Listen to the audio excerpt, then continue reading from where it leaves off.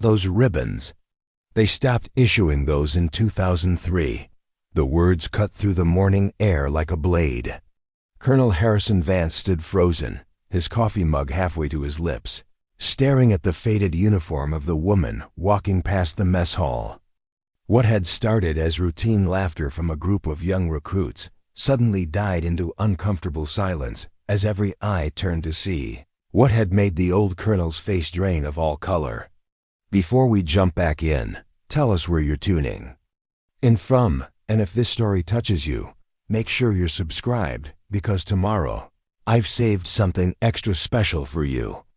Just moments before, the atmosphere at Fort Meridian had been typical for a Tuesday morning. Fresh recruits were shuffling through breakfast, their pressed uniforms crisp and badges gleaming when she walked in. The woman couldn't have been more than 5'2", with graying auburn hair pulled back in a simple ponytail and wearing what looked like a uniform that had seen better decades. The fabric was faded, the edges frayed, and the whole ensemble looked like something pulled from a thrift store or a military surplus bin that had been forgotten in someone's garage. "Look at that antique," whispered Private Thompson, barely containing his snicker as he nudged his table-mate. "Did she get that uniform from a museum?" The comment sparked a ripple of quiet laughter from the surrounding tables.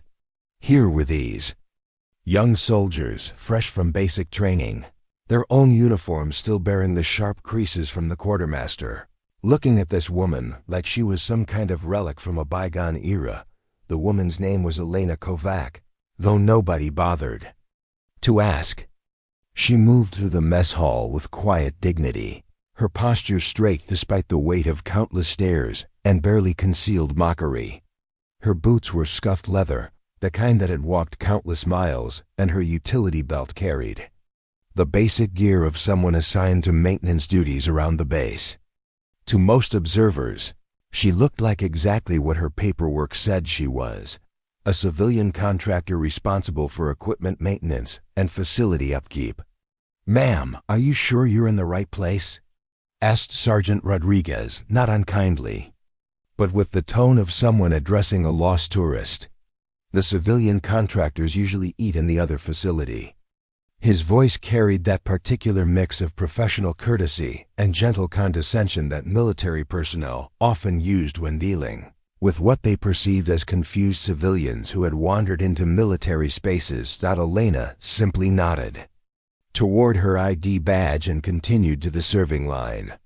The mess hall staff, mostly young enlisted personnel doing their rotation through kitchen duty, exchanged glances that spoke volumes. Here was this woman in a uniform that looked like it belonged in a military history textbook, claiming a place among active duty personnel. Some of the younger soldiers began pulling out their phones, clearly thinking this would make for an amusing social media post about the wannabe soldier who'd shown up to breakfast in costume. But it was the details that should have given them pause, if anyone had bothered to look closely. The way Elena carried herself wasn't the uncertain gait of someone playing dress-up. Her movements were economical, purposeful, the kind of controlled precision that came from years of military bearing. When she reached for her tray, her stance naturally provided clear sight lines to all exits. When she chose her seat, it was positioned with her back to the wall and facing the main entrance.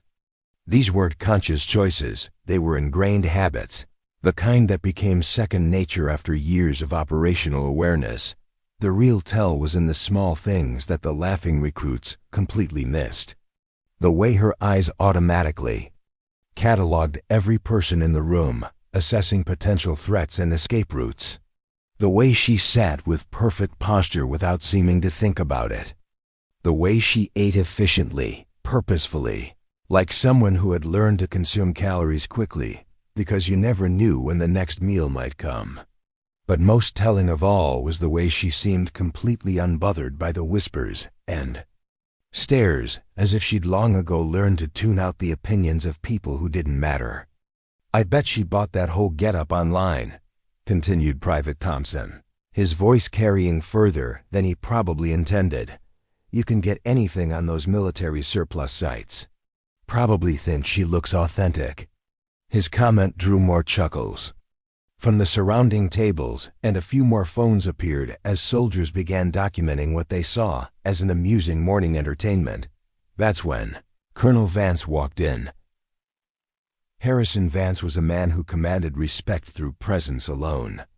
32 years of service, 2 tours in Iraq, 1 in Afghanistan, and enough commendations to wallpaper a small room. He'd seen everything the military had to offer, from the best of humanity to the absolute worst, and very little surprised him anymore. He walked into the mess hall expecting nothing more than his usual morning coffee and perhaps a few words with the duty sergeant about the day's training schedule. Instead, he found himself staring at a ghost that it wasn't the woman herself. That stopped him cold. It was what she was wearing. Because while every young soldier in that room saw a faded, outdated uniform that looked like a costume, Colonel Vance saw something entirely different. He saw ribbons and insignia that told a story most people weren't authorized to know. He saw service markers that hadn't been issued in over 2 decades. He saw the kind of decorations that came with security clearances so high that their very existence was compartmentalized information. The mess hall continued its morning routine around them, unaware that they were witnessing the moment when 2 worlds, the visible military of parades and ceremonies and the shadow military of operations that never happened, were about to collide in the most unexpected way. Elena Kovac had walked into Fort Meridian thinking she could blend into the background, just another maintenance worker in an old uniform. She had no idea that her past was about to catch up with her in the form of a colonel who still remembered when legends walked among them, wearing their stories on their chests for those who knew how to read them. Preparing and narrating this story took us a lot of time, so if you are enjoying it, subscribe to our channel, it means a lot to us. Now back to the story. Elena Kovac, 48 years old, stood exactly 5 feet 2 inches tall with a frame that seemed almost delicate until you noticed the way she moved. Her auburn hair, now streaked with silver, was always pulled back in a practical ponytail that kept it out of her face during work. Deep green eyes that seemed to take in everything while revealing nothing sat beneath eyebrows that had long ago learned not to furrow at the opinions of others. She had been working at Fort Meridian for 8 months now, arriving each morning at precisely 0630 hours in her weathered Honda Civic that had seen better decades. Her official title was Maintenance Contractor General Services, a designation that covered everything from HVAC repair to groundskeeping, plumbing to electrical work. The kind of catch-all position that made her invisible to most of the base personnel who saw her as just another civilian keeping the infrastructure running. Elena's daily uniform was always the same. That faded military-style jacket that had once been forest green but had weathered to something closer to sage, matching pants that bore the telltale signs of countless repairs, and boots that were polished but clearly ancient. The fabric showed wear patterns that spoke of years of use, not costume party rental. The jacket hung loose on her small frame, but it was tailored properly, the kind of fit that suggested it had once been custom-made, rather than issued from a standard supply room. Most people assumed she was some kind of military enthusiast. Maybe a veteran's widow who wore her deceased husband's old gear out of sentiment. The truth was simpler and more complex. These weren't costume pieces or hand-me-downs. This uniform had been hers, earned through service that most people couldn't imagine, and worn through operations that officially never happened. Her work area was a small office attached to the main maintenance shed, equipped with a metal desk that had seen better decades, a computer that ran military logistics software, and filing cabinets filled with work orders, equipment manuals, and maintenance schedules. The walls were bare, except for a standard issue calendar and a corkboard covered with repair requests and inventory lists. No personal photos, no decorations, no hints about who Elena Kovac might have been before she became the woman who fixed things that broke, But there were details that told a different story, for those who knew how to look. Elena's toolkit was organized with military precision, every item in its designated place, maintained to standards that exceeded most professional mechanics. Her workspace was clean to the point of being sterile, with everything positioned at exact right angles and labeled with the kind of meticulous care that suggested someone who had learned that disorder could mean death. The way she carried herself spoke of training that went far beyond basic maintenance work. When Elena walked across the base, her stride was measured, efficient, the kind of movement that covered ground quickly without appearing hurried. She never took the same route twice in a row, always varying her path in subtle ways that seemed random but followed patterns that would be familiar to anyone trained in operational security. Her hands told their own story. Calloused from years of manual work, yes, but also scarred in ways that suggested more than routine equipment repair. Small marks that could have come from field-stripping weapons in darkness. A barely visible line across her palm that looked suspiciously like it might have come from razor wire.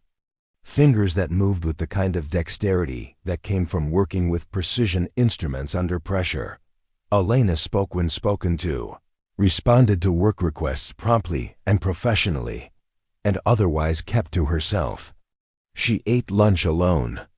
Usually something simple she'd brought from home, reading technical manuals or maintenance procedures while she ate. During breaks, she could often be found studying equipment diagrams or updating maintenance logs with the kind of detailed documentation that exceeded anything required by her contract. The younger soldiers barely noticed her, except as a fixture of base life. She was the woman who fixed the broken air conditioning in the barracks during summer, who ensured the backup generators were always ready, who somehow managed to keep decades-old equipment running smoothly through a combination of technical skill and what seemed like mechanical intuition. What they didn't notice was how Elena positioned herself during her work, how she always kept situational awareness of everyone around her, how she instinctively chose locations that provided cover and concealment, how she worked with one ear always tuned to radio chatter and base announcements, as if she were constantly monitoring for information that might be relevant to something more important than plumbing repairs. Her civilian contractor status meant she had access to most areas of the base, but she never went anywhere she didn't have explicit authorization to be. She followed protocols with the kind of rigid adherence that suggested someone who understood that rules existed for reasons that weren't always obvious. When security procedures changed, Elena adapted immediately, without questions or complaints, as if operational security was second nature to her. In the 8 months she'd been at Fort Meridian, Elena Kovac had become part of the background, as unremarkable and reliable as the sunrise. The base ran more smoothly with her there, equipment failures decreased, and response times for repairs improved dramatically. But to most observers, she was just the quiet woman in the old uniform who showed up, did her job, and went home without fanfare. What none of them realized was that Elena's greatest skill wasn't fixing broken equipment, it was making herself invisible while remaining completely prepared for anything. She had spent decades perfecting the art of being overlooked, of blending into environments where being noticed would mean mission failure or worse, and she had no idea that her carefully constructed anonymity was about to be shattered by someone who remembered when that faded uniform had meant something very different. In places where Elena Kovac had been anything but invisible, the culture at Fort Meridian was like most military installations, hierarchical, traditional, and quick to form judgments based on appearances. For the young soldiers stationed there, fresh from basic training and eager to prove themselves, Elena represented everything they thought they'd moved beyond. She was civilian support staff, someone who existed on the periphery of military life without truly being part of it. "There goes the maintenance lady again," Private Jessica Wells would say whenever Elena passed by the administrative building.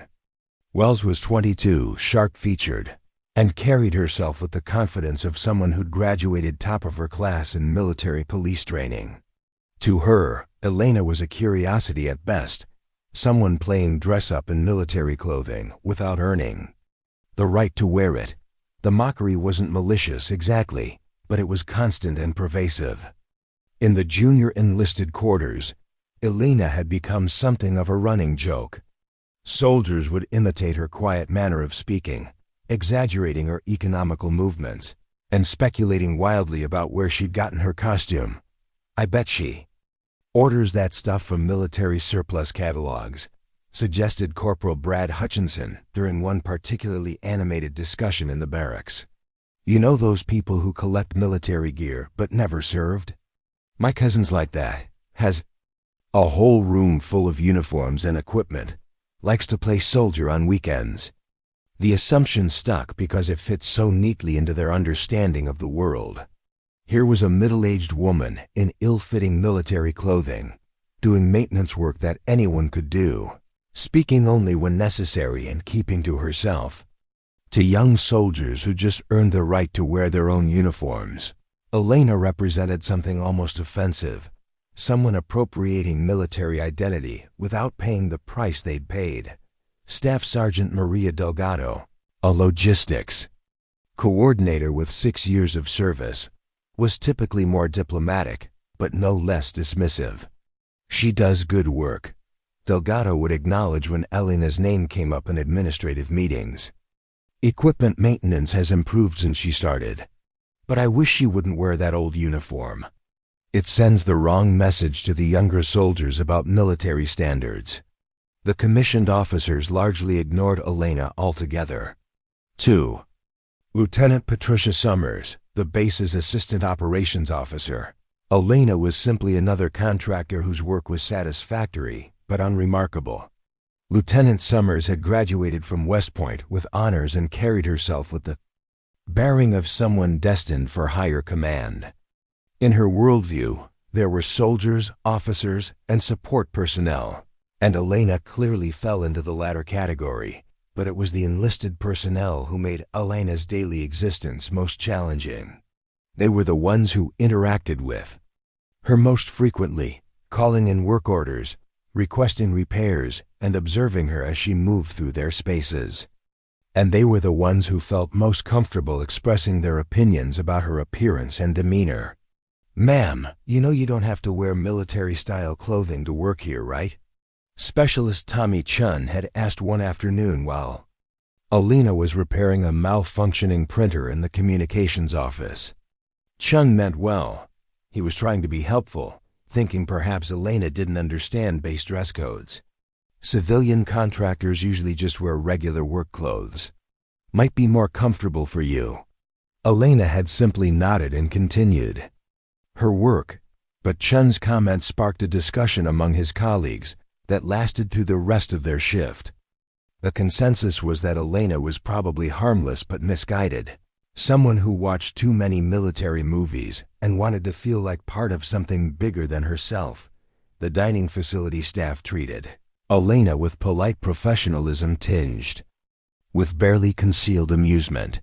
Sergeant Kevin Walsh, who supervised meal service, would always greet her with exaggerated military courtesy. "Good morning, ma'am. What can we serve you today?" The formality was just slightly overdone, carrying the subtle message that he was playing along with what he saw as her fantasy dot. Even the base's civilian employees found Elena's appearance noteworthy. Janet Morrison, who managed the post exchange, often wondered aloud to her staff about that woman who dresses like she's in the army. Morrison had worked on military bases for 15 years and had seen plenty of contractor personnel, but none who insisted on wearing military-style clothing that looked like it belonged in a museum. The assumptions about Elena's background became increasingly elaborate over time. Some soldiers theorized she was a military widow trying to honor her deceased husband's memory. Others suggested she was someone who'd washed out of basic training but couldn't let go of military aspirations. A few believed she was simply eccentric, one of those people who adopted military aesthetics without understanding their significance. Sergeant First Class David Park, a combat engineer with 3 deployments under his belt, was perhaps the most vocal in his criticism. "It's disrespectful," he would say whenever Elena's name came up. "Those uniforms mean something. People died wearing uniforms like that. She has no right to parade around in military clothing when she's never served a day in her life." Park's perspective carried weight among the enlisted personnel because of his combat experience and leadership position. When he expressed disapproval of Elena's appearance, others felt validated in their own judgments. The consensus became that Elena was, at best, misguided and, at worst, deliberately disrespectful to military traditions. The irony was that Elena's behavior was actually more militarily correct than that of many actual soldiers. She was always punctual, never violated security protocols, maintained her equipment to exceptional standards, and carried herself with the kind of disciplined bearing that military instructors tried to instill in recruits. But because these behaviors came from someone perceived as a civilian playing dress-up, they were either ignored or interpreted as evidence of her obsession with military culture. Young officers fresh from their commissioning courses were perhaps the most condescending in their interactions with Elena. Second Lieutenant Andrew Foster, recently graduated from Officer Candidate School, treated Elena with the kind of patronizing courtesy he might show to a child wearing a police costume. "That's very nice," he said one day when Elena efficiently resolved a complex maintenance issue that had stumped the base's regular repair technicians. "You're quite the little mechanic, aren't you?" The social dynamics were complicated by Elena's obvious competence at her job. Equipment worked better after she serviced it. Problems that had persisted for months were resolved quickly and permanently after Elena's interventions. But instead of earning respect, her technical skills were seen as confirmation that she was overqualified for her position, someone who probably couldn't cut it in whatever field she'd trained for and had settled for maintenance work. The base's senior enlisted personnel maintained professional courtesy but kept their distance. Command Sergeant Major Robert Hayes, a 25-year veteran who'd served in multiple combat zones, treated Elena politely but coolly. In his view, she was effective at her job but inappropriate in her presentation. He'd seen enough real soldiers to be bothered by someone he perceived as playing soldier. What none of them understood was that their assumptions about Elena said more about their own limitations than about her background. They saw what they expected to see, a civilian contractor in surplus military clothing, doing maintenance work because she couldn't find anything better. They missed the signs that would have been obvious to someone with the right experience and perspective. But Fort Meridian was about to receive a visitor who had exactly that experience and perspective. Someone who could read the story written in faded ribbons and weathered fabric. Someone who understood that the most dangerous warriors were often the ones who'd learned to hide in plain sight. Elena's days. Fort Meridian followed a pattern so precise it could have been set to a chronometer. Each morning at 0630 hours, her weathered Honda Civic would pull through the main gate, where she'd present her contractor credentials to the guard with a quiet "good morning" that never varied in tone or inflection. The security personnel had long since stopped scrutinizing her identification. After 8 months, Elena Kovac had become as predictable as the sunrise. By 0645, she'd be unlocking the maintenance shed, a low concrete building tucked behind the motor pool that housed the base's repair operations. The shed was her domain, filled with industrial equipment, spare parts organized in military specification storage systems, and workbenches that Elena maintained to standards that exceeded most active duty facilities. The first task was always the same: check the overnight log for emergency repairs, review the day's scheduled maintenance, and prioritize work orders based on operational necessity rather than rank of the requesting officer. Elena's approach too. Her work revealed habits that seemed excessive for civilian maintenance duties. Every tool had its designated place, marked with precise labels and return to exact positions after use. Her inventory system was more detailed than most military quartermasters maintained, with spreadsheets tracking not just what equipment was available but usage patterns, failure rates, and predictive maintenance schedules that prevented problems before they occurred. The morning routine included a physical inspection of critical systems. That took exactly 47 minutes to complete. Elena would walk a predetermined route through the base, checking generator fuel levels, testing emergency lighting, verifying that communication equipment was operational, and ensuring that security systems were functioning properly. To casual observers, it looked like thoroughness. To anyone trained in operational security, it looked like someone conducting a perimeter assessment. Her movements during these inspections followed patterns that weren't random. Elena never took the same route 2 days in a row, but her variations weren't arbitrary. They ensured she could observe different angles of approach to critical facilities, monitor patterns in personnel movement, and maintain awareness of any changes in base security posture. She moved with the economic efficiency of someone who'd learned to cover ground quickly while remaining inconspicuous. The work orders that came to Elena's desk each day ranged from routine maintenance to complex repairs that had stumped other technicians. Vague systems that had been malfunctioning for weeks would suddenly operate perfectly after Elena's attention. Communications equipment that multiple specialists had declared unrepairable would emerge from her workshop functioning better than when it was new.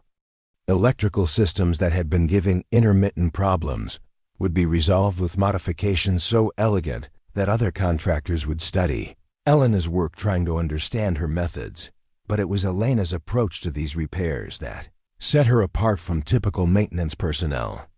Before beginning any job, she would spend time studying blueprints and technical manuals with an intensity that seemed excessive for routine repairs.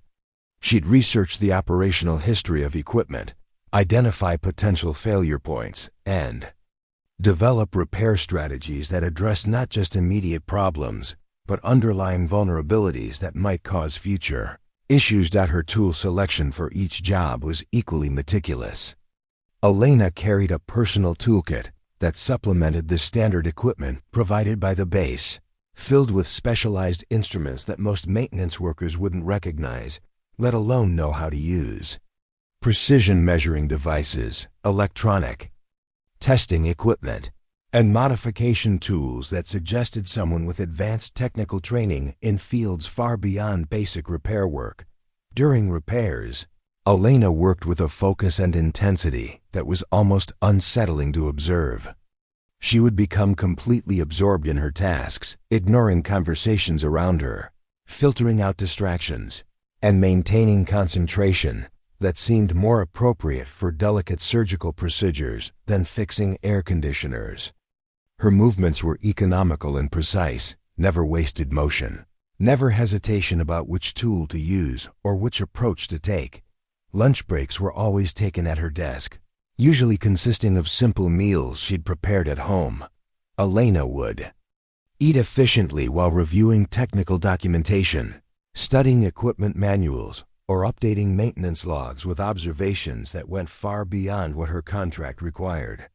She never joined the informal gatherings in the dining facility, never participated in the casual conversations that helped build relationships among base personnel. Afternoons brought different challenges. While mornings were typically devoted to preventive maintenance and routine inspections, afternoons usually involved responding to equipment failures and emergency repairs. Elena's response time to urgent work orders was remarkable. She could be at any location on the base within minutes of receiving a call, arriving with exactly the tools and materials needed to address the specific problem. Her troubleshooting methods revealed training that went beyond standard technical education. Elena would approach malfunctioning equipment systematically, testing components and sequences that efficiently isolated problems, identifying root causes rather than just addressing symptoms. She had an intuitive understanding of how complex systems interacted, allowing her to predict how repairs in one area might affect operations in another. The paperwork Elena generated was notably different from typical contractor documentation. Her reports were comprehensive, detailed, and organized with military precision. Every repair was documented with before and after photographs, detailed descriptions of problems and solutions, and recommendations for preventing similar issues in the future. The quality of her documentation exceeded most active duty personnel and was beginning to attract attention from base administrators who were impressed by the thoroughness of her record-keeping. Evening procedures followed the same methodical approach as morning routines. Before leaving each day, Elena would secure her workspace, update inventory records, prepare work orders for the following day, and conduct a final inspection of critical systems. Her departure routine included checking that all tools were properly stored, all materials were accounted for, and all security protocols were properly observed. But there were subtle aspects of Elena's routine that revealed something beyond standard maintenance procedures. The way she positioned herself during repairs always provided clear sightlines to potential threats. The tools she selected often had secondary uses that weren't immediately obvious.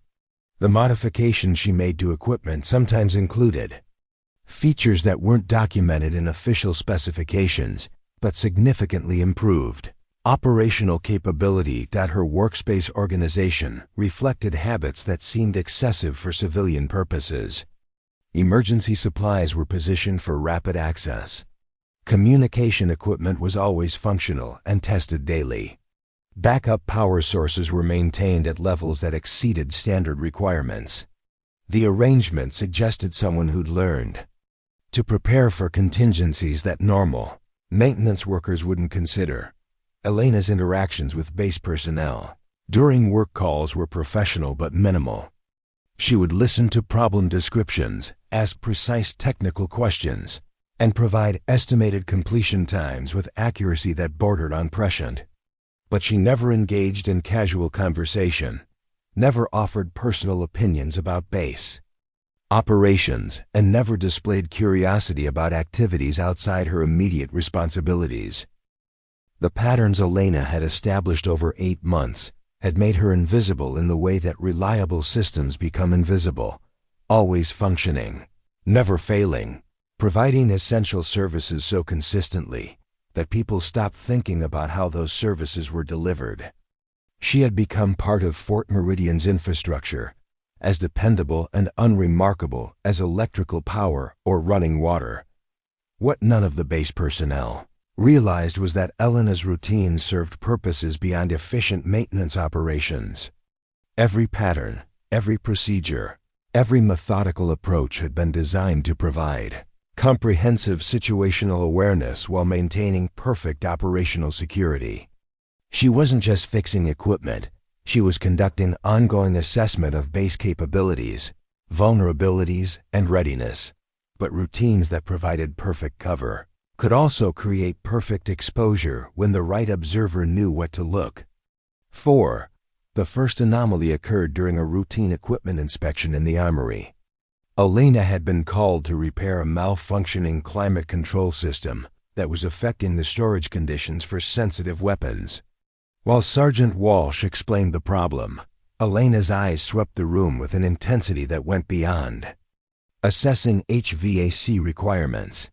Her gaze lingered on weapon configurations, security protocols, and access points with the kind of professional assessment that armory personnel usually reserved for their own evaluations. "Ma'am, the thermostat is over here," Walsh had said, noting her attention seemed focused elsewhere. But Elena had already identified not just the climate control issue, but 3 potential security vulnerabilities and 2 equipment storage violations that Walsh hadn't noticed. She mentioned none of these observations, simply nodding and beginning her work on the designated repair.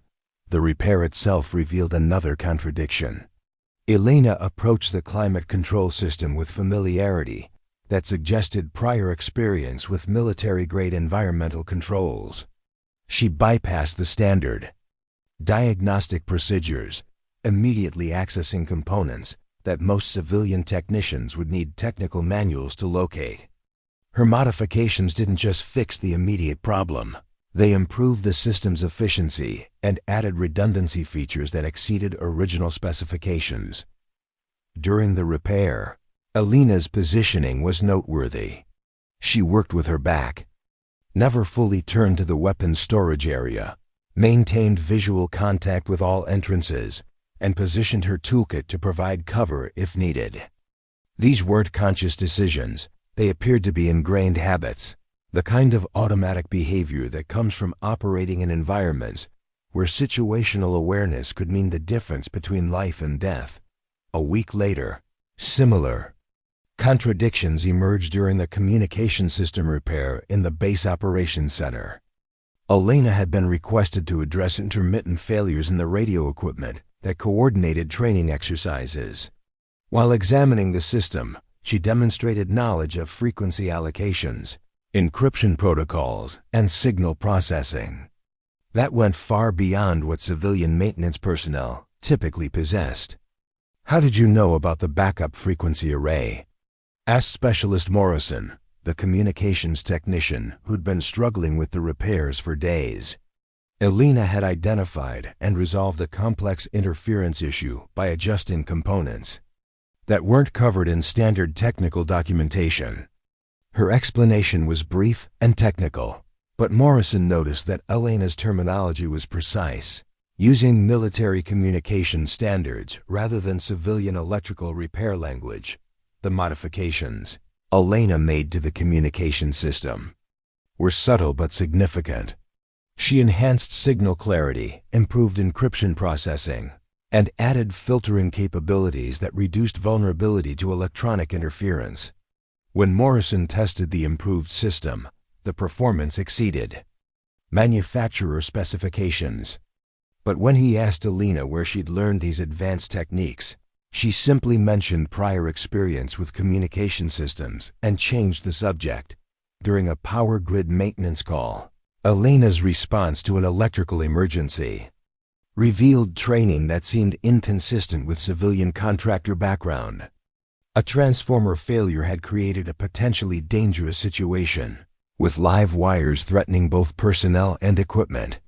While base electricians were debating the safest approach to isolating the problem, Elena had already begun implementing emergency procedures with the confidence of someone who'd dealt with similar crises under more challenging conditions. Her approach to the electrical emergency was methodical and efficient. Elena shut down power systems in a sequence that prevented cascade failures, isolated dangerous components using techniques that minimized exposure time, and restored service through backup systems that some base personnel didn't even know existed. Throughout the crisis, she remained calm and focused, coordinating with other technicians using clear, concise instructions that suggested experience in high-pressure situations. The tools Elena used during the electrical repair included specialized equipment that wasn't part of standard contractor supplies, multi-spectrum testing devices, precision measurement instruments, and safety equipment that exceeded normal civilian standards. When questioned about the advanced tools, Elena explained they were personal equipment she'd acquired for complex repairs, but her explanations were vague about where such equipment might be obtained or why a maintenance contractor would need such sophisticated instruments. A particularly revealing incident occurred during the scheduled maintenance call in the base's secure communications facility. Elena had been cleared for routine equipment servicing, but her behavior in the classified environment revealed familiarity with security protocols that civilian contractors typically wouldn't possess. She instinctively avoided positioning herself near sensitive equipment displays, maintained appropriate distances from classified materials, and demonstrated awareness of compartmentalization procedures without being briefed on facility-specific requirements. While working in the secure facility, Elena's movements followed patterns consistent with someone trained in operational security.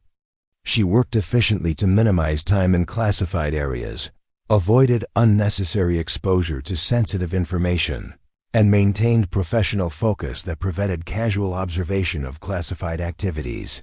Her behavior was more appropriate. For someone with security clearance and classified access experience than for a civilian contractor performing routine maintenance.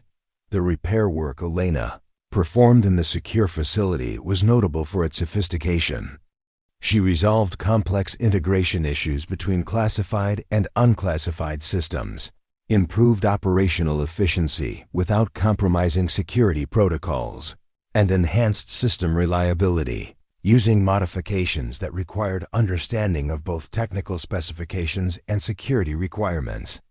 Her solutions reflected knowledge of how secure communication systems operated in operational environments rather than just technical familiarity with individual components. Personnel who worked with Elena during these various repairs began noticing patterns that didn't fit their assumptions about her background. Her technical knowledge was too comprehensive, her security awareness too sophisticated, and her problem-solving approaches too advanced for someone with purely civilian maintenance experience. But these observations remained individual impressions rather than collective recognition that something was unusual about Elena's qualifications. Another contradiction emerged during a vehicle maintenance call at the motor pool. Elena had been requested to diagnose electrical problems in a convoy truck that had been experiencing intermittent failures during field exercises. While examining the vehicle, Elena demonstrated knowledge of military vehicle specifications, operational requirements, and maintenance procedures that exceeded civilian automotive experience. Her diagnostic approach revealed familiarity with how military vehicles operated under field conditions rather than just garage-based maintenance. Elena identified problems related to dust infiltration, vibration stress, and operational abuse that civilian mechanics might not consider. Her repairs addressed not just immediate electrical issues, but underlying vulnerabilities that could cause failures during deployment conditions. The modifications Elena made to the convoy truck were subtle but significant. She improved electrical connections to handle operational stress, enhanced filtration systems to reduce environmental damage, and added diagnostic capabilities that would help operators identify problems before they caused mission failures. Her work reflected understanding of how vehicles performed in operational environments rather than just technical knowledge of automotive systems. During a water treatment facility repair, Elena's knowledge of chemical processing, filtration systems, and water quality standards suggested experience beyond routine maintenance work. She resolved complex contamination issues, improved system efficiency, and enhanced monitoring capabilities using approaches that required understanding of both technical specifications and operational requirements for military water supplies. These accumulated observations created a pattern of contradictions that defied easy explanation. Elena's technical capabilities were too advanced, her security awareness too sophisticated, and her operational knowledge too comprehensive for someone with the background her personnel file suggested. But the contradictions were subtle enough that individual observations could be explained away as coincidence or exceptional civilian experience. What none of the observers realized was that Elena's greatest skill wasn't technical expertise. It was the ability to demonstrate just enough capability to complete assigned tasks, while concealing the full extent of her knowledge and experience. Every repair was carefully calibrated to resolve problems efficiently, without revealing competencies that would raise questions about her background. But as Elena continued working at Fort Meridian, the accumulated weight of these subtle contradictions was creating a foundation for recognition by someone with the right experience and perspective to understand what the pattern meant. Colonel Harrison Vance had spent 32 years in the military developing an eye for details that others missed. It was a skill that had kept him alive through multiple deployments and helped him identify threats that standard intelligence often overlooked. So when the small woman in the faded uniform walked past his office window for the third time that week, Following a route that provided optimal observation of base security procedures, Vance began paying attention. The first thing that caught his notice wasn't Elena's appearance, it was her movement patterns. Vance had learned to read body language the way others read newspapers, and Elena's posture told a story that didn't match her contractor credentials. She moved with the controlled precision of someone who'd been trained to navigate hostile environments, maintaining situational awareness that went far beyond civilian security consciousness. From his office on the second floor of the administration building, Vance had an excellent view of the maintenance areas where Elena worked. He began observing her routine with the analytical attention he'd once used to study enemy positions. What he saw troubled him in ways he couldn't initially articulate. Elena's behavior patterns were too sophisticated, her operational awareness too comprehensive for someone with purely civilian background. The morning Vance witnessed Elena's response to a medical emergency convinced him that his suspicions warranted serious investigation. A young soldier had collapsed during PT formation, apparently suffering from heat exhaustion complicated by an undiagnosed medical condition. While medics were being summoned, Elena had appeared with medical supplies and begun providing emergency care with competence that exceeded most combat lifesavers. Vance watched through binoculars as Elena assessed the soldier's condition using diagnostic procedures that weren't taught in civilian first aid courses. She checked vital signs with practiced efficiency, administered emergency treatment using techniques that suggested advanced medical training, and coordinated with arriving medics using military medical terminology that civilian contractors wouldn't typically know. What impressed Vance most wasn't Elena's medical competence, it was her approach to the emergency situation. She had positioned herself to maintain visual contact with potential threats while providing medical care, coordinated her actions with security personnel without being asked, and managed the crisis with calm professionalism that suggested experience.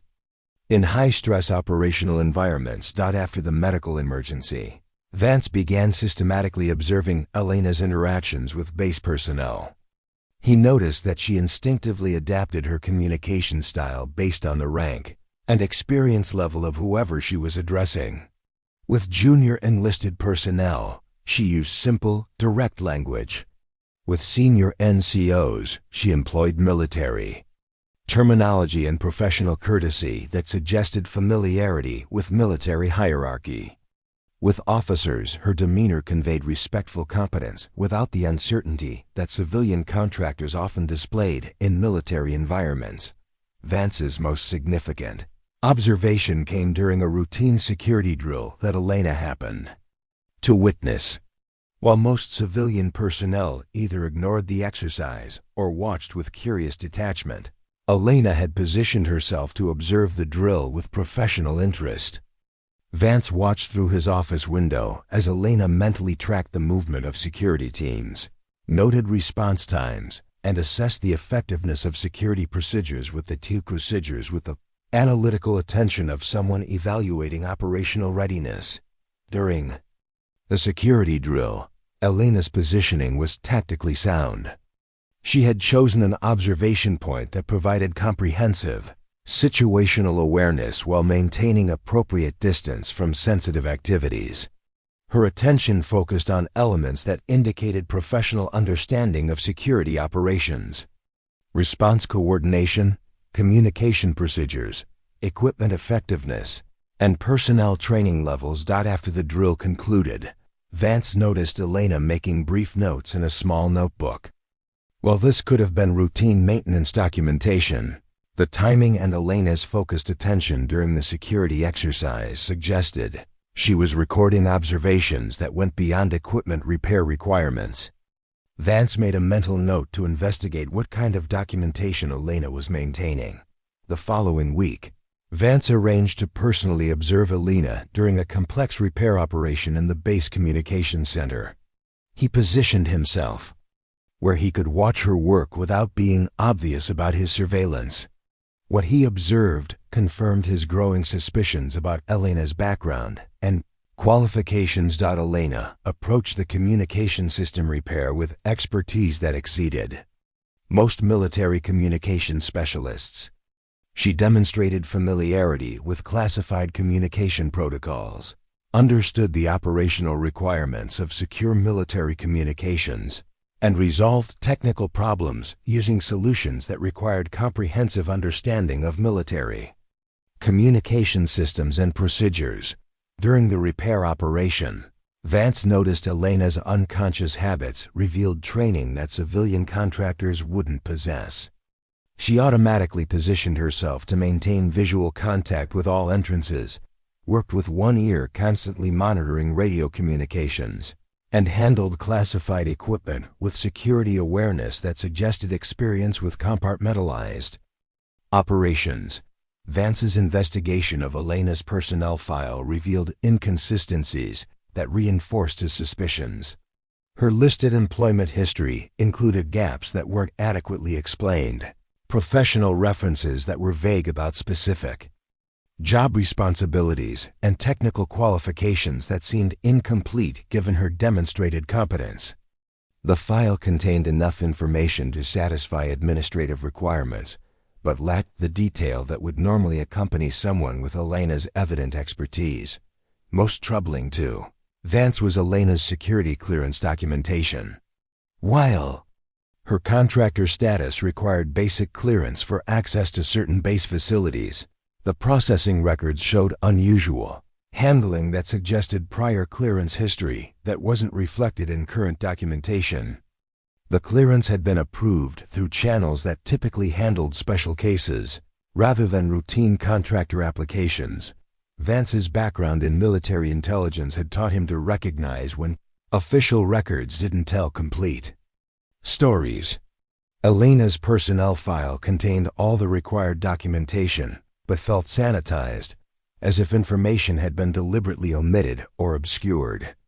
The overall impression was of someone whose real background was being concealed behind a carefully constructed civilian identity. A conversation with the base security officer provided additional concerning information. Captain Rebecca Stone, who managed contractor clearances and access control, mentioned that Elena's clearance application had been processed through unusual channels with expedited approval that bypassed normal investigative procedures. While the clearance was legitimate, the processing had been handled at higher levels than typically required for maintenance. Contractor positions. Stone also mentioned that Elena's behavior during security briefings had been noteworthy. While most civilian contractors required detailed explanation of base security procedures, Elena had demonstrated immediate understanding of complex security protocols and had asked questions that suggested familiarity with operational security requirements that weren't normally covered in contractor briefings. Vance's most revealing observation came during an unscheduled visit to Elena's workspace. He had arrived at the maintenance shed ostensibly to discuss repair schedules, but actually to observe Elena's work environment and organizational methods. What he found was a workspace organized to military standards that exceeded most active duty facilities. Elena's tool organization, inventory management, and documentation systems reflected training and habits that weren't developed through civilian maintenance experience. Her workspace was configured for rapid response to emergency situations, maintained supply levels that suggested understanding of operational logistics, and included communication equipment that exceeded standard contractor requirements. During their brief conversation about repair schedules, Vance tested Elena's knowledge by referencing military terminology and operational concepts that civilian contractors wouldn't normally understand. Elena's responses revealed familiarity with military operations, organizational structures, and procedural requirements that confirmed Vance's suspicions about her background. After leaving Elena's workspace, Vance was convinced that Elena Kovac wasn't the civilian maintenance contractor her personnel file claimed she was. Her competence was too comprehensive, her operational awareness too sophisticated, and her organizational methods too advanced for someone with purely civilian background. But without additional evidence, Vance couldn't determine who Elena really was or why she was concealing her true identity. Vance began developing a plan to investigate Elena's background more thoroughly. He would need to use contacts and resources that went beyond normal administrative channels. But his 32 years of military service had taught him that some questions were important enough to justify extraordinary measures. Elena's presence at Fort Meridian was either a remarkable coincidence or something that required immediate investigation. What Vance didn't realize was that his careful observation of Elena hadn't gone unnoticed. Someone with Elena's training and experience could detect surveillance as easily as Vance could identify inconsistencies in personnel files. The game of observation was about to become more complex than either of them anticipated. Colonel Vance's investigation began with the kind of methodical approach that had served him well during intelligence operations in Iraq and Afghanistan. He started by making discreet inquiries through official channels, contacting personnel offices and contractor management companies to verify Elena's employment history and background documentation. The responses he received were technically correct but felt incomplete, like reading a story with crucial chapters missing. The contractor management firm that employed Elena provided standard verification of her current assignment but claimed limited access to detailed employment records. When Vance pressed for more comprehensive background information, he was told that Elena's file had been processed through special arrangements that restricted access to certain historical data. The explanation was plausible but unsatisfying. It answered his questions while raising new ones about why a maintenance contractor would require special handling. Vance's next step was to utilize his network of military contacts to investigate Elena's background through unofficial channels. He reached out to colleagues in personnel management, military intelligence, and contractor oversight, hoping someone might have additional information about Elena's history or the circumstances of her current assignment. The responses were uniformly unhelpful, but in ways that suggested deliberate information restriction rather than simple lack of records. A conversation with Lieutenant Colonel Janet Pierce, who managed contractor operations at the Pentagon, provided the first significant lead in Vance's investigation. Pierce mentioned that Elena's contractor assignment had been arranged through special procedures that bypassed normal procurement processes. While the arrangement was legitimate, it had been handled at classification levels that Pierce wasn't authorized to access. The unusual processing suggested that Elena's assignment served purposes beyond routine maintenance support. Pierce also mentioned that inquiries about Elena's background had been redirected to offices that specialized in personnel with classified operational histories. While Pierce couldn't provide specific information, she suggested that Vance's questions about Elena might be better addressed through intelligence channels rather than standard personnel management. The implication was clear. Elena's real background was classified at levels that normal administrative procedures couldn't access. Encouraged by this lead, Vance contacted Major General William Crawford, his former commanding officer who now worked in the Pentagon Special Operations Oversight Division. Crawford's response was immediate and concerning. After Vance described Elena and her unusual competencies, Crawford requested a secure phone conversation that revealed disturbing implications about Elena's presence at Fort Meridian. During their classified discussion, Crawford confirmed that someone matching Elena's description had been the subject of previous military intelligence interest. While he couldn't provide specific details over unsecured communications, Crawford indicated that Elena's background involved special operations assignments that remained classified at the highest levels. More troubling, Crawford mentioned that Elena's current civilian status raised questions about whether her presence at Fort Meridian was coincidental or represented a security concern that required immediate investigation. Crawford arranged for Vance to receive classified briefing materials through secure channels that would provide background information necessary for proper assessment of Elena's situation. The materials would take several days to arrive through secure courier services, but Crawford emphasized the importance of maintaining operational security during the investigation. If Elena was indeed who Crawford suspected, premature exposure could compromise ongoing classified operations or create security vulnerabilities that extended far beyond Fort Meridian. While waiting for the classified materials, Vance began conducting physical surveillance of Elena's activities to gather additional intelligence about her capabilities and potential objectives. He arranged his schedule to provide opportunities for direct observation while maintaining plausible cover for his presence in areas where Elena worked. The surveillance revealed behavior patterns that confirmed his suspicions about Elena's professional background. During the complex repair operation in the base's Emergency Operations Center, Vance observed Elena's response to classified information that was inadvertently exposed during the repair process. Instead of showing curiosity or attempting to observe classified materials, Elena demonstrated practiced avoidance techniques that suggested training in compartmentalized security procedures. Her behavior was consistent with someone who understood the serious consequences of unauthorized access to classified information. Vance also noticed Elena's unconscious tactical awareness during routine activities. While working in various locations around the base, Elena consistently positioned herself to maintain visual contact with potential threats, selected routes that provided optimal escape options, and demonstrated situational awareness that exceeded security consciousness typically displayed by civilian personnel.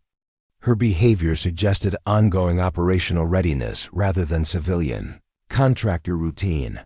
The surveillance revealed that Elena's toolkit included equipment that went beyond standard maintenance requirements. Vance observed specialized communication devices, electronic testing equipment, and precision instruments that suggested capabilities extending beyond routine repair work. While the equipment could have legitimate maintenance applications, the sophistication and military specifications suggested access to resources not normally available to civilian contractors. Vance's investigation expanded to include Elena's off-base activities and personal life. Discreet inquiries revealed that Elena lived in a modest apartment complex popular with military retirees and contractor personnel. Her neighbors described her as quiet, polite, and unremarkable, someone who kept regular hours, maintained her property meticulously, and avoided social interactions that might reveal personal information. A conversation with Elena's apartment complex manager provided additional insights into her character and habits. The manager mentioned that Elena had paid a full year's rent in advance, had requested specific security features for her unit, and had demonstrated knowledge of building security systems that exceeded normal tenant interest. Elena's lease application had been processed through a property management company that specialized in housing for personnel with security clearances. Vance's investigation of Elena's financial records, conducted through official channels available to base security officers, revealed a pattern consistent with someone receiving income from sources beyond her stated contractor employment. While her contractor salary was adequate for basic living expenses, Elena's spending patterns suggested access to additional resources that weren't reflected in visible income sources. The financial profile was consistent with someone receiving classified compensation or maintaining resources from previous specialized employment. The most significant breakthrough in Vance's investigation came through an unexpected source. Sergeant Major Robert Hayes, the base's senior enlisted advisor, approached Vance with concerns about Elena that had been developing over several months. Hayes had noticed Elena's advanced capabilities during various interactions and had begun wondering whether her presence at Fort Meridian might be connected to ongoing security assessments or classified operations.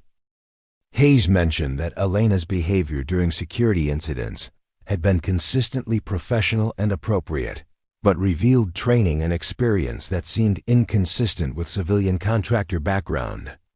During a recent base lockdown exercise, Elena had automatically implemented security procedures that weren't covered in contractor briefings, suggesting familiarity with classified emergency protocols that civilian personnel shouldn't possess. More importantly, Hayes revealed that Elena had been asking subtle questions about base operations, personnel assignments, and training schedules that could be interpreted as either professional interest in maintenance coordination or intelligence gathering for purposes that weren't immediately apparent. While Elena's questions were always appropriate and job-related, the pattern suggested systematic information collection that went beyond routine. Maintenance requirements. The conversation with Hayes convinced Vance that his investigation needed to accelerate. If Elena was conducting intelligence collection at Fort Meridian, whether for legitimate or illegitimate purposes, the security implications required immediate clarification. Vance decided to arrange a direct confrontation with Elena that would either confirm her legitimate status or expose any deception about her background and objectives. Vance's plan was to engineer a situation that would test Elena's reactions to security challenges that would reveal her true capabilities and training. He would create a scenario that required Elena to choose between maintaining her civilian contractor cover or responding with the competence that her real background would provide. The test would be designed to appear routine while actually providing definitive evidence about Elena's true identity and qualifications. But as Vance finalized his plans for confronting Elena, he received the classified briefing materials that Crowford had promised. The information contained in those documents would change everything. Vance thought he knew about Elena Kovac and the reasons for her presence at Fort Meridian. The moment of truth came during what should have been a routine equipment inspection in the base armory. Colonel Vance had arranged for Elena to be called in to address a malfunctioning security system that protected the facility's most sensitive weapons storage area. What Elena didn't know was that Vance had deliberately created a scenario that would require her to choose between maintaining her cover and responding with the expertise her real background would provide. The security system failure was more complex than Elena had been told. Multiple redundant systems had failed simultaneously, creating a situation that posed genuine risk to base security. As Elena examined the malfunctioning equipment, it became clear that resolving the problem would require knowledge of classified security protocols and advanced technical skills that no civilian contractor should possess. Vance watched from the observation room as Elena stood before the complex array of security monitors, access control systems, and intrusion detection equipment. For several minutes, she maintained her civilian contractor persona, limiting her examination to components that would be accessible to someone with basic maintenance clearance. But as the severity of the security vulnerability became apparent, Elena's professional instincts began to override her cover identity. The breakthrough moment came when Elena noticed something that the base security personnel had missed. The system failures weren't random malfunctions. They followed a pattern that suggested deliberate sabotage designed to create specific vulnerabilities in the armory's protection systems. Elena's recognition of the sabotage pattern revealed analytical capabilities that went far beyond civilian maintenance expertise. Without thinking, Elena began implementing countermeasures that demonstrated intimate knowledge of military security systems. She bypassed damaged components using procedures that weren't documented in civilian technical manuals, activated backup systems that most base personnel didn't know existed, and restored security coverage using techniques that required classified knowledge of the facility's protection protocols. Vance realized he was witnessing someone who had clearly designed and implemented similar security systems in operational environments. Elena's responses weren't those of someone learning to work with unfamiliar equipment. They were the practiced movements of someone who had installed, maintained, and defended such systems under hostile conditions. The revelation accelerated when Elena discovered physical evidence of the sabotage attempt. Hidden among the damaged components was a sophisticated, electronic device designed to create systematic failures while avoiding detection. Elena's immediate recognition of the device and her knowledge of appropriate countermeasures revealed experience with adversarial operations that civilian contractors would never encounter. As Elena worked to neutralize the sabotage device, her movements became more fluid and confident. The careful restraint she had maintained for months began to slip away, replaced by the efficient professionalism of someone working in their actual area of expertise. She handled the dangerous device with practiced competence, using techniques that required specialized training in explosive ordnance disposal and electronic warfare countermeasures. Colonel Vance could no longer maintain his position as a passive observer. The security threat was real. Elena was clearly qualified to address it, and maintaining the pretense of her civilian status was becoming counterproductive to base security. He entered the armory and approached Elena directly, abandoning the careful surveillance that had characterized his investigation. "Ms. Kovac," Vance said, his voice carrying the authority of someone who had decided to stop playing games. "I think it's time we discussed your actual qualifications for this kind of work." Elena looked up from the sabotage device, her hands still working to disable the threat, but her eyes now showing the alertness of someone whose cover had been compromised. For a moment, the carefully maintained facade of the quiet maintenance contractor flickered, revealing something harder and more dangerous underneath. "Colonel," Elena replied, her voice still steady but carrying a different quality than the deferential tone she had maintained for 8 months. "I'm just trying to restore your security systems to operational status." But even as she spoke, Elena was making rapid tactical assessments. Her positioning shifted subtly to provide better defensive options. Her awareness expanded to include all potential threats in the immediate area, and her body language reflected the readiness of someone prepared for the situation to escalate rapidly. Vance noticed the transformation immediately. This wasn't the uncertain civilian contractor who had been deferential to military authority for months. This was someone comfortable with command responsibilities, tactical decision-making, and high-stakes operational environments. The change was so complete that Vance wondered how he had ever believed Elena's civilian contractor persona. "The device you're working with," Vance continued, "requires specialized knowledge to disable safely. Knowledge that civilian maintenance contractors don't typically possess." Elena's hands continued working on the sabotage device, but her responses became more guarded. "I've had experience with security systems, Colonel. Sometimes that experience is more comprehensive than personnel files might indicate." The admission was subtle but significant.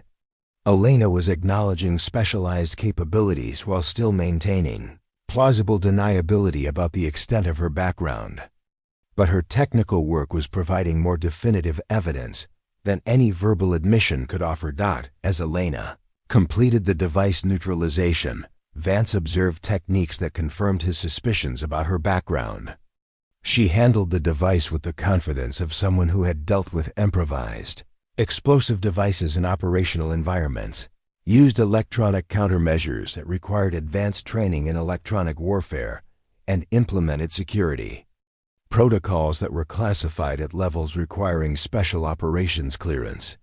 The final confirmation came when Elena turned to address the broader security vulnerability that the sabotage had exposed. Without consulting technical manuals or seeking guidance from base security personnel, she began implementing comprehensive countermeasures that revealed intimate knowledge of military security doctrine, threat assessment procedures, and defensive system integration.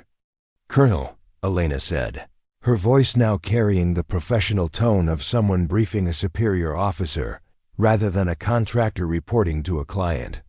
"This sabotage attempt was designed to create specific vulnerabilities that would support a more sophisticated attack on this facility. The device I just neutralized was only the first phase of a multi-stage operation.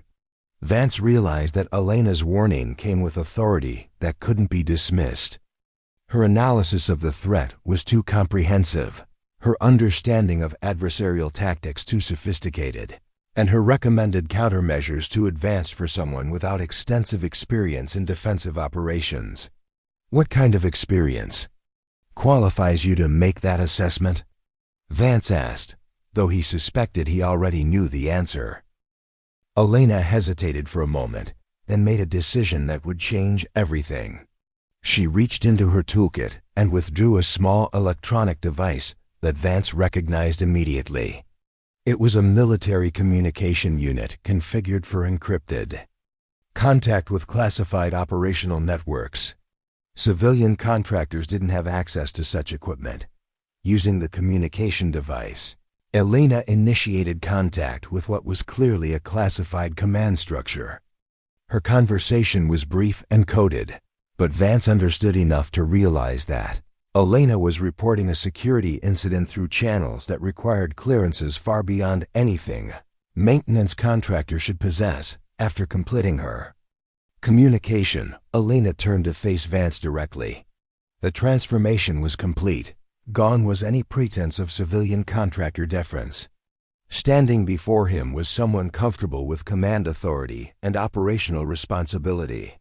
"Colonel Vance," Elena said, her voice now carrying the confidence of someone revealing their true identity. "I believe it's time for a more comprehensive discussion about why I'm really here at Fort Meridian."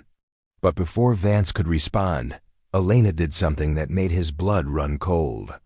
She reached inside her faded jacket and withdrew a small leather folder that contained military identification and credentials.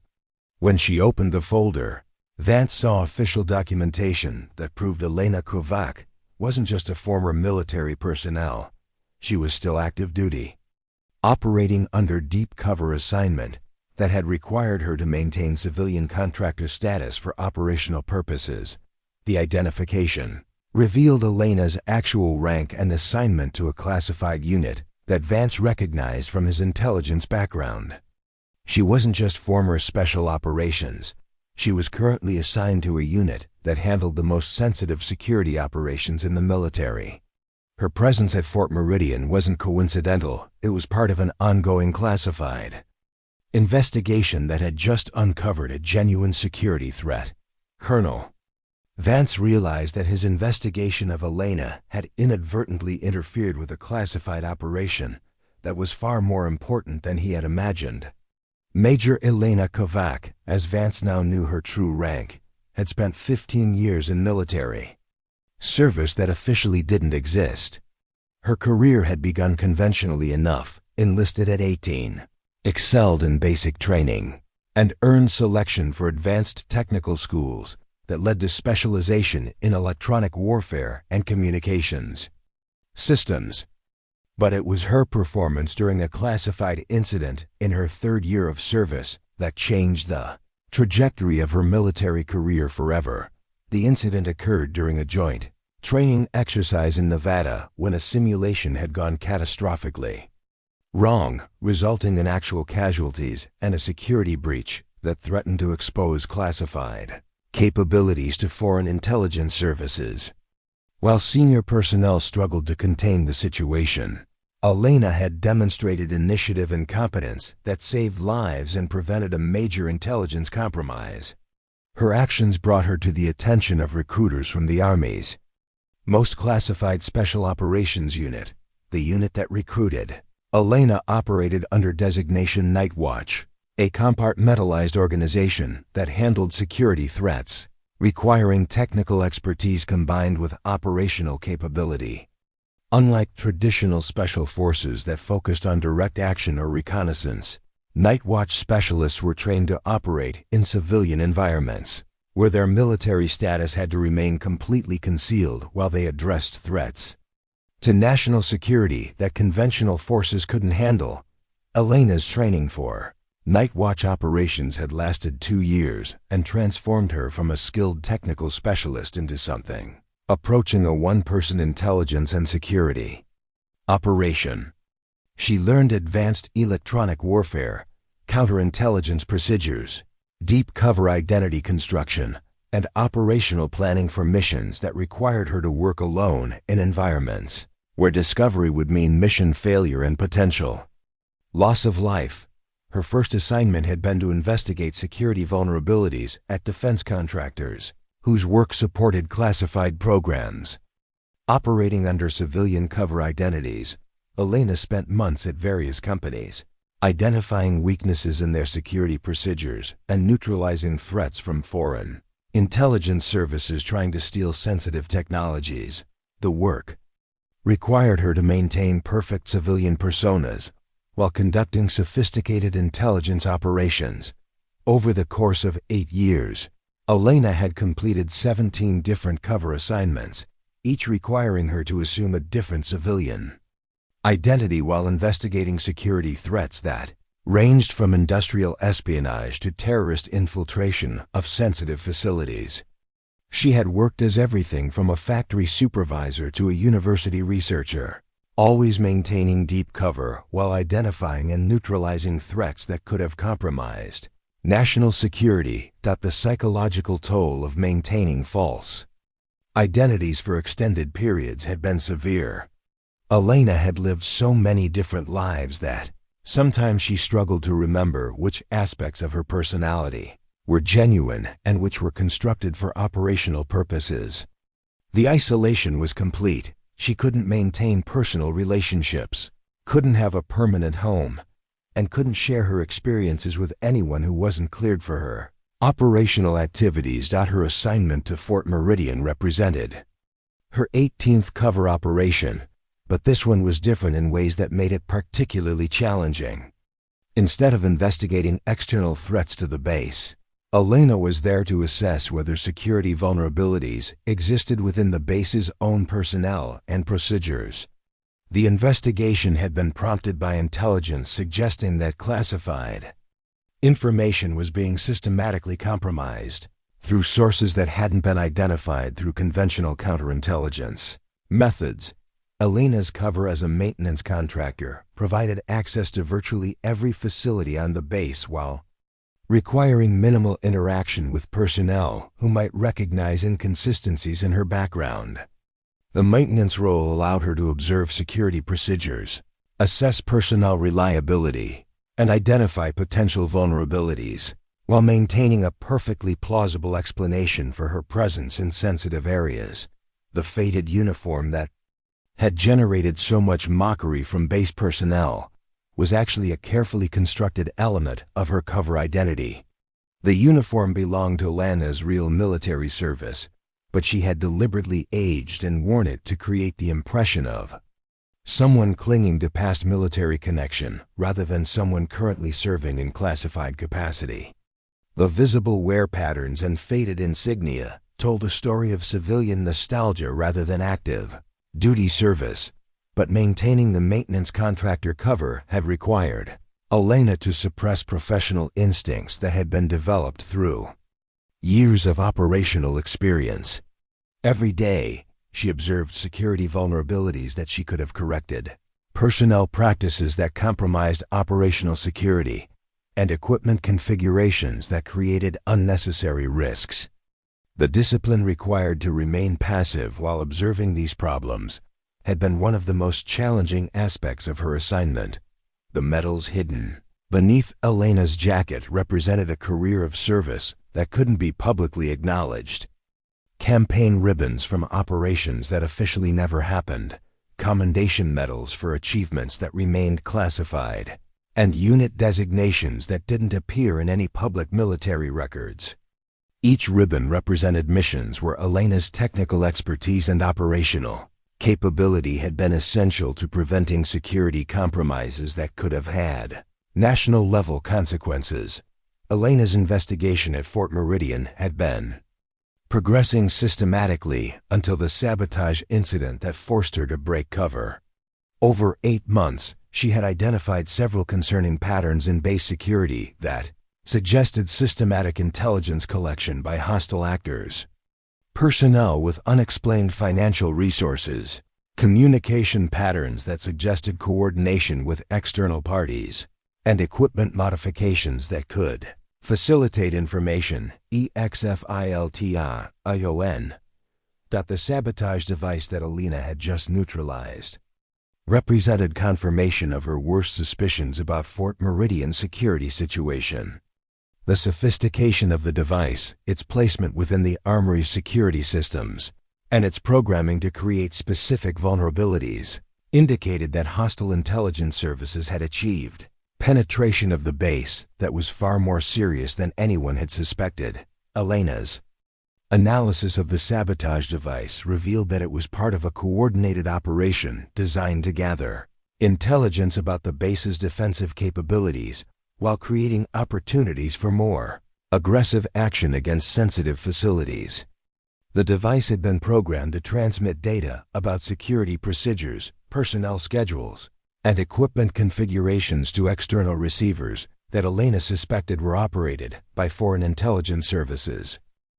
More concerning was Elena's assessment that the sabotage device had been installed by someone with legitimate access to the Armory and detailed knowledge of its security systems.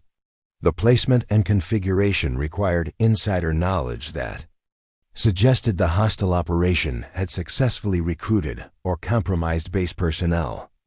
Elena's investigation would now need to expand to identify which personnel had been compromised and how extensively the hostile operation had penetrated Fort Meridian security. The decision to reveal her true identity to Colonel Vance had been prompted by Elena's assessment that the security threat had escalated beyond what she could address while maintaining her cover. The sabotage device represented immediate danger to base security that required coordinated response from base leadership. Elena could no longer afford to work alone when the threat had proven to be more sophisticated and immediate than her original intelligence had suggested. Elena's communication with her classified command structure had been to report that her cover operation had been compromised by operational necessity and to request authorization for expanded investigation using resources. That would require revealing her true status to base leadership. The response had authorized Elena to coordinate with Colonel Vance and other senior base personnel to address the immediate security threat while maintaining operational security for ongoing aspects of her investigation. The revelation of Elena's true identity created immediate complications for both her mission and base security. Personnel who had been observing Elena as a civilian contractor would now need to be briefed on her actual status and mission, creating additional security risks. The hostile operation that had placed the sabotage device would likely recognize that their penetration had been discovered and might accelerate their activities or attempt to eliminate the threat that Elena represented. Most significantly, Elena's investigation had revealed that Fort Meridian was facing a security threat that was more serious and immediate than anyone had suspected.